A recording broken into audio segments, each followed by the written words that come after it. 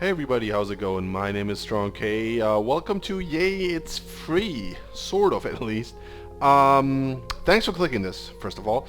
And yeah, today I want to talk about Piss. The title of the game is somewhat misleading, as you will see in a second.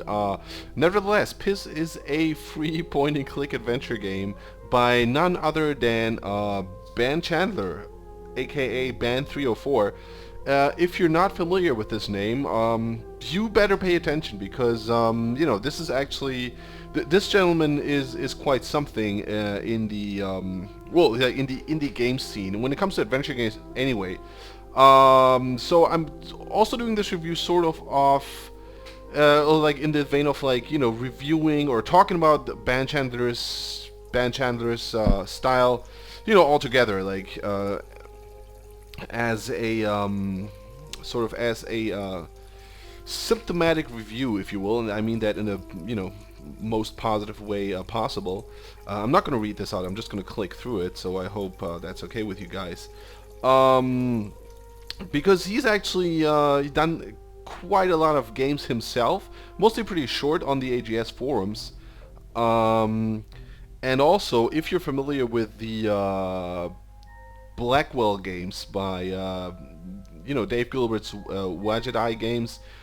He also works on those games concerning the. I think he's doing the characters and character animations, at least like in the graphics department. I don't know. That much I can say for sure. And in addition to that, he has released quite a few games, off and by himself. This being one, and actually Piss was part of a indie adventure game bundle called the Summer Batch, if I was not mistaken, which ran actually last summer in 2012. So it's no longer available actually. Well, that is technically the case, I think, because I found a copy floating around on there's a link on Rock Paper Shotgun. I'm gonna post this link in the description. I'm not really sure if I'm technically allowed to do that because I think this game is supposed to be for sale at some point, but right now it's free. So if anyone like responsible seeing this and you disagree with me posting this stuff here, please let me know. I'll remove it. But as of now, I'll link the stuff in the description because this is a really cool thing, really cool game, and especially if you like point-and-click adventure games of the old variety, and I mean like early to mid 90s, as you can also deduct from the graphical style that you see here. This is quite something, but that's not the only thing that is cool about Ben Chandler's games. There's a lot more. Right.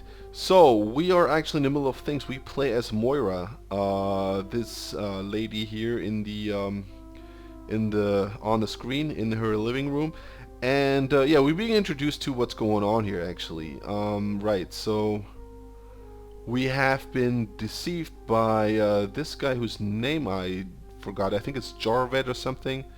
Right. Somewhat confusing. But nevertheless, let me not get ahead of myself here, really. Okay, let's cross off my list. Safe spot in the afterlife. Gerhal, that's it. Okay. Even if I have to dig you up and steal the gold coins from a corpse myself. Huh, see? Okay, the mortuary. Steal the coins from his corpse. Okay.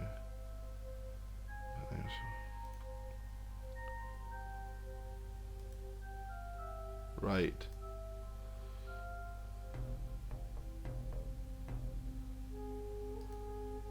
Ah. Yeah, okay, so that's sort of like the exposition here. And already you can like see that how this game or how how Ben Chandler may sound a little like too over enthusiastic here, but how his games work basically. So we're being exposed to this world here. There's ghosts there. There's like superstitions. This seems to be like a fantasy slash science fiction world because we also have those lights here and everything. And let's find out about Moira. We already learned that she's a heavy drinker, and let's take a look at the bottom. So the game control is pretty straightforward. Like moving the mouse cursor up here opens the inventory. We have coppers here, and we can save our game here if we want to. And then right click looks at stuff, and left click has you interact with the objects. Bottle cap. Thoriad. I don't know who Thoriad is. Table. Huh. Doubles as having really bad nights. Jar. It's food for the bioluminescent organisms in our lights. They don't glow. Okay, let's pick up the jar with the food. Right. Table, we got this. Okay, journal. Let's see what we can do with that. Date unknown. I hate everything and almost everyone. Really want to go and get drunk. Yeah, who doesn't? Tired and annoyed. There, updated my journal. That's funny. Okay. So yeah.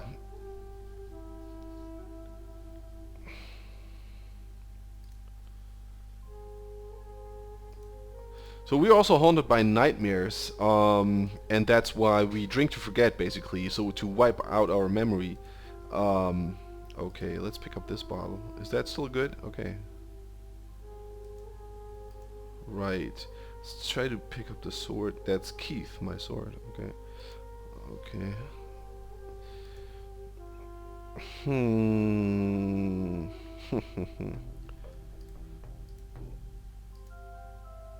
Okie doke. And let's take a look at the light. It's filled with tiny bioluminescent and organisms. They only need to make it glow. Cover up. Oh, okay. So they always. Right. Yeah. So that's that. Actually, let's head down here. I don't want to spoil like everything. Also, I don't want to make this game super duper slow for you guys. So you can see our items here. The thing is, so let's talk about like what I like about this game, or his Ben Chandler's games in general. First of all, like the guy is graphically talented. Like he really has a knack for those spritey graphics, like 16-bit graphics. They look really awesome. They are on par at least with like the graphics back in the heyday of point-and-click adventures, in the early mid-90s. I'm talking about like Monkey Island maybe, or the Sierra games. So that's really cool. So it's I mean, it's not the most important thing in the world really, but it really adds to the atmosphere. It actually does a lot. And the other thing that he's really good at, and this is really amazing, is it's like the description, like the way he's able to convey the world, the characters, and everything else to the players. We just had 2 rooms basically. We instantly know a lot about Moira, and she's like drinks to forget, sort of like a, I don't know, fantasy Ben Chandler. No, it's not really true. Ben Chandler. No, wait, that's the guy who made. No, wait, what was it? It doesn't matter. So like very cliche, like drinking to forget, sort of mercenary type of person. But with like a twist, there's something that she wants to forget, or she already has forgotten, and this is going to become important later on in the game. Then there's this mysterious character, Jarvis. I already forgot. This ghost that haunted us. Then you go out in the street and you see those people here, and then if you look at them, this beautiful exotic looking woman doesn't look like she comes from around here. Her bright eyes shining against her dark skin, and her perfume is sweet and spicy. Arcane knowledge, okie doke. Then we got this guy here, Gert. Feline feature of this man betray his origin as a task. His clothing is practical, so it probably wasn't cheap. Okie doke. Uh, how rare it is to see Tess in Kamiya. And then Nax. Last but not least. Bright red robes of some order I don't recognize and has mysterious marks on the forehead. Okay, he has a torch. Right, so it's like you immediately get the feeling just by reading the description and later on also talking to the people. Let's actually do that. That, you know, this is sort of like this city of Kamiya, I think it was. It seems to be like a large hub where you have different races and different people meet. Nice staff.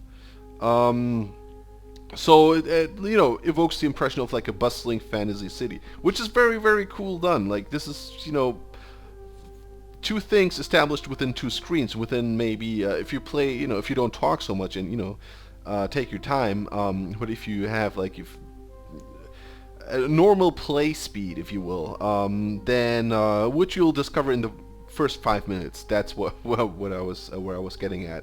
So, yeah, I really like that. And as you can see, like the descriptions are very, very. They're not overly long, although his games tend to be very, very dialogue laden or dialogue heavy.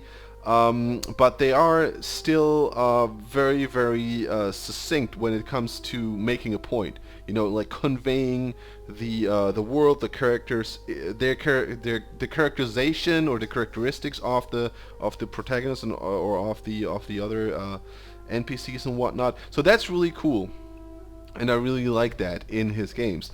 Last but not least, it's like this thing that I like to call philosophical touch here. Not always are the games like they deal or they have like they carry some deep philosophical meaning. However, they touch on sort of like a you know, they make you think. Like they it's not you're not here to discover something like life and death or the meaning of life, or if you know if it's worth it to just drink away your pain and then, you know, die eventually or whatever. But it is part of the game. It's, you know, not the main objective, but it is always like this overarching, this looming theme that you have going on. And this is really typical Office games. You should play others like Heat, for example, or I don't know, Hope. That is actually you'll get, I think, the same feeling there.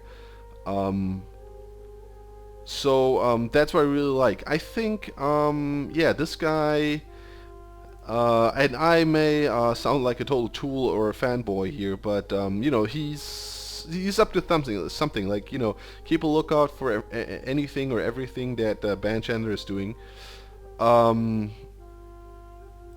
because he's up to something. Like, if he would do like a Kickstarter project, I would totally give him like money. I'm not gonna say like any amount because that's ludicrous, but I would strongly recommend this to everybody who's into adventure games. That's you know, enough said. So I'm really happy with the games, and he made a lot of games actually in the last couple of, I think, four or 5 years. There's a couple of titles, most of them actually pretty short, but you know, what can you do? It's like a one-man business. So yeah, that's that. Learning Child. Okay. Yeah, also the music is pretty nice. I don't think he made it himself though, but I'm not really sure. Okay, Farewell Amba. Be safe. I'm just gonna show you the marketplace here. You know, not to drag this out like artificially, but it's really interesting. You got like all kinds of stuff going on here. So you know, or let's actually head over to the graveyard. I'm not going to talk to any of these people here. And you can immediately, this is like really interesting. Like, look at this guy, Ulti or whatever his name is. Because you can see like he seems too normal to be in this world. So he seems like, and he has this like traveler or adventurer appearance. So he's like looking at stuff on his map. So it's really cool. Like, you immediately know what to expect of this guy. Really nicely done. So yeah, good job. Right. So enough from me, because also this game is actually pretty short. So you know, I don't want to spoil too much here, because you should actually play this. I think this takes about like, I don't know, 3 hours, 4 hours maybe tops. It's got some interesting puzzles. Like the games are not so super duper puzzle heavy. Like they're actually pretty straightforward, pretty easy. It's not so much about lateral thinking as it is about creating a world and narrating that world, and also the story within this game world. So yeah, big thumbs up from me. Like I said, I'm gonna post the link in the description if it's still available. I'm also gonna post a link to the other stuff that Ben Chandler's done, to his blog, I think it is, so you can check out everything for yourselves.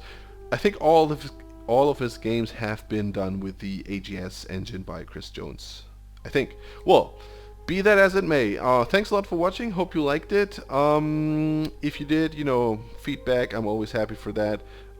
And otherwise, I'd love to see you in one of my other videos. And until then, I bid my farewells. Thanks a lot for watching, and goodbye.